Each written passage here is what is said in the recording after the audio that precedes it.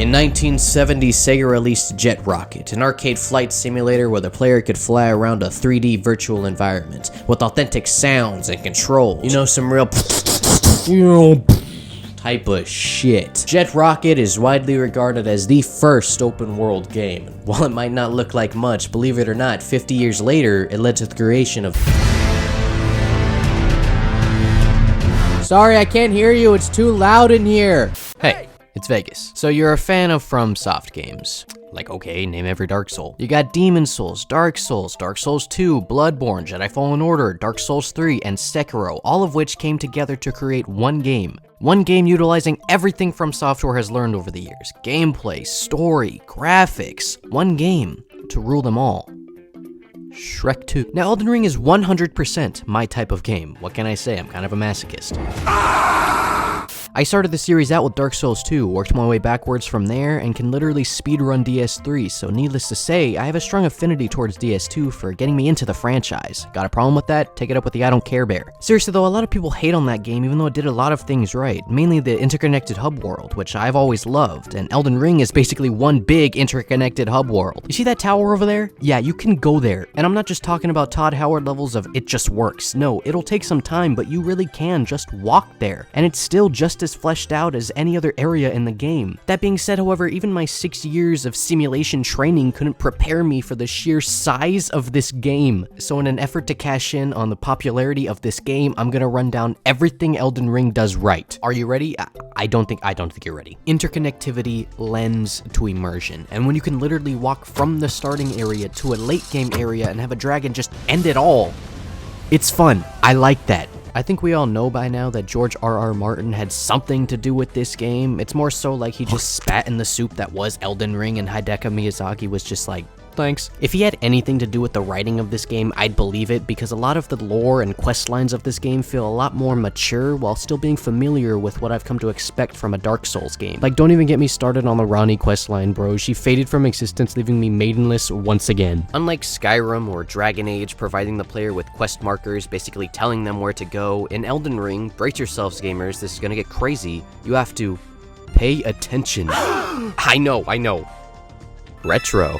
I don't even think Skyrim's characters give you exact directions on where to find something, because they definitely don't let you kill them. I'm so sorry. If video games rot your brain, then give me a goddamn preserving Baloose, because I'm so fucking immersed. Adventuring in this game comes second only to Minecraft with how unpredictable it is. Within the first area alone, there are at least 10 unique bosses, all of which are optional, within dungeons that are optional. You can be wandering the main roads of the game, see a cave, and spend 30 minutes farming souls. Get halfway through with 2 Estus flasks to your name, thinking you're almost done, then have to jump down a shit ton of holes and start thinking, oh god, I'm about to fight Satan. I can tell you right now, there are at least 5 early game bosses I couldn't beat because they were either too hard or too scary. Everybody gangster until the cat starts floating. This game might be bigger than The Witcher, the most famously big game. And with a mountain of replayability with DLC on the way, no game has had me glued to my seat for 6 hours a day for a week when I first got it. My brain while playing Elden Ring was like, I need to pee. One more boss. I need to pee. One more boss. I need to pee. Elden Ring makes me not want to use the bathroom. I'm voluntarily holding in my piss for this game. 10 out of 10, 5 stars. Now, I've seen people complain that this game is too hard, and FromSoft should have made this game more accessible for new players since it's the biggest in the franchise. To that I say, what the hell is wrong with you? Elden Ring isn't just hard for the sake of it. Sure, there are many things the game doesn't outwardly teach you, but for the keen eye and strong-willed, many new mechanics were implemented for the player's benefit, like shields that protect NPCs, invisible walls that prevent you from falling to your death when attacking, and sights of grace pointing you in the direction of the next main story boss. Like, what is this, Ghost of Tsushima? Like, you can't tell me Miyazaki didn't use the best open-world games of the last decade as inspiration for this game. Don't get mad at me here, but I have to compare Elden Ring to Breath of the Wild. You haven't lived until you've played this game while bumping Breath of the Wild's OST.